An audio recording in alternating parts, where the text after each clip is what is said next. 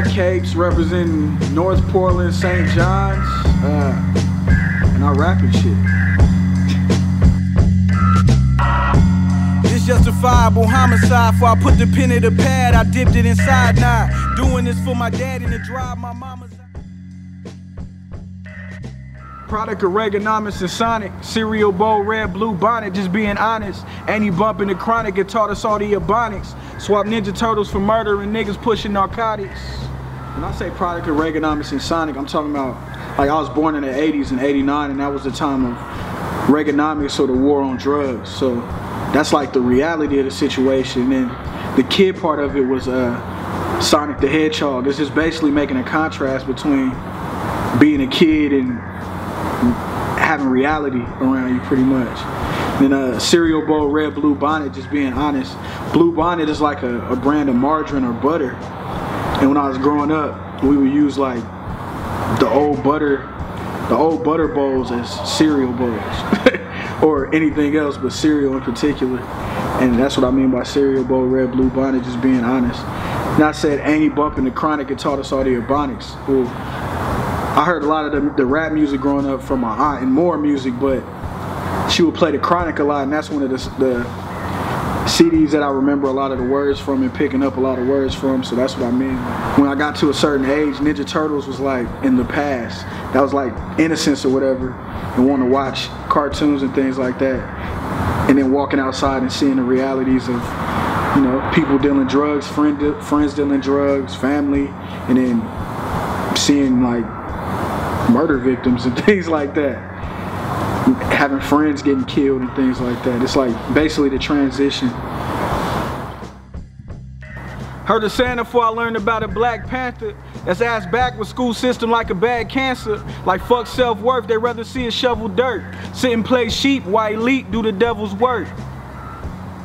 So when I say heard of Santa before I learned about a Black Panther, I'm talking about how the school system like will teach you something that's totally fucking fake and does not play into your self-esteem or self-image at all. They'll tell you that about Santa and carry that shit on. Even as innocent as it sounds. Like, they don't teach you really black history in school except for 1 month, and it's the same people every year. MLK, Harriet Tubman, Rosa Parks, MLK, Harriet Tubman, Rosa Parks. I asked one of my teachers, how come we don't learn about Malcolm X or anything like that? And they just told me, he's too militant. He's too militant. The Black Panthers started the free lunch program, but a lot of people probably don't know that. They would set up health clinics and stuff like that in the neighborhoods. But I didn't learn any of this shit in school. When I say school system is like a bad cancer, I mean that we have a hella fucking outdated school system. And I feel like a lot of time it does more harm than good. I feel like a lot of shit is like, you learn it over and over every year. They just add little things to it or add bigger words to it, but it's the same shit over and over. And I feel like the school system just prepares you to be like a robot.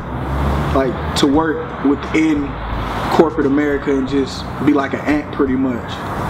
Born to work for somebody else instead of for yourself, and that's what I mean by that. I feel like the media in America kind of like, playing in the corporate America wants us to like be kind of blind, deaf, and dumb to what the hell is going on in the world. And that's what I mean by sheep. And people so attached to like social media and things like that, I feel like it's a way to distract us from like what's really important. And when I say elite, I mean like, you know, the 1%. They do the dirtiest deeds but get the least amount of penalties, and we might not even know that they did anything, you know what I mean? Like, that's what I mean by devil's work. It's Marcus Garvey, kicking bars and reciting verses. Caught Michael and Malcolm waiting behind them curtains. Bobby Seale, if he signed a deal and said fuck a single. Hampton winning a Grammy and Holland fuck the Beatles. When I say this is Marcus Garvey, well, first of all, I'm using a whole bunch of like black revolutionaries like Marcus Garvey, Stokely Carmichael, Malcolm X, Bobby Seale, and then Fred Hampton. So I'm basically using like black leaders, doing music with a purpose, having a purpose when I'm doing it. Not just rapping to rap and using it to empower people, pretty much. And when I say Stokely Carmichael and Malcolm X waiting behind them curtains, it's like they were known for being orators, you know what I mean, and like being good at talking to people and talking to mass crowds pretty much. And then I say Bobby Seale, he was a Black Panther. I put him in the sense of doing it your way instead of doing like a formulaic approach to your music. I don't know, in America we're like, it seems like a lot of the times the originators of certain music get less credit for the same thing like a white band may do. Like it gets blown up. So that's what that is. I don't have a problem with white people doing black music, I guess. It's just it's the commercialization of the music that I think makes it do that. Refuse to lose to poverty, by any means philosophy. Homie, cause we gotta eat, the system trying to swallow me. Hate to see a nigga with a purpose, cause niggas with a vision make them nervous. I grew up in poverty like most of my life, so that's my attitude towards it. Refuse to lose to poverty. When I say the system, I feel like in America, it's like, there's a lot of systems set up for like black people to not really win, you know what I mean? And I think like as far as the prison industrial complex, it's meant to imprison black men, and when they get out, it's meant for them to go back in. It's like a system. So when I say that, the system trying to swallow me. Hate to see a nigga with a purpose, because when you got a purpose, man, you don't make the system money. It's kind of like, oh shit, it's a glitch. It's not supposed to happen. I feel like what the media puts out there for like little black kids to listen to and shit like that, it perpetuates like a negative lifestyle. So when you got a vision, it's once again a glitch in the system, and you see beyond that music and beyond being a gangbanger or a drug dealer or shit like that. Not all hip hop is like that, but what they promote on TV is mostly negative. And it's not only negative for like little black kids, it's like it feeds stereotypes.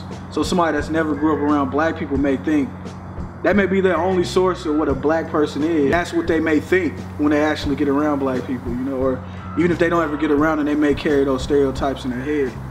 And none of that shit is true. I don't believe not any one type of people is all the same. Well, this is Mike Capes signing out. You can follow me on Twitter at MikeCapes_music. You can follow me on Facebook. Just type in Mike Capes. I have a CD dropping called Concrete Dreams in the first quarter of 2015. Look out for that. Peace.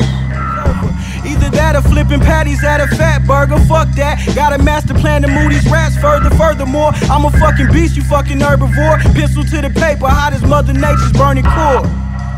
Yeah. Pistol to the paper, hot as Mother Nature's burning core.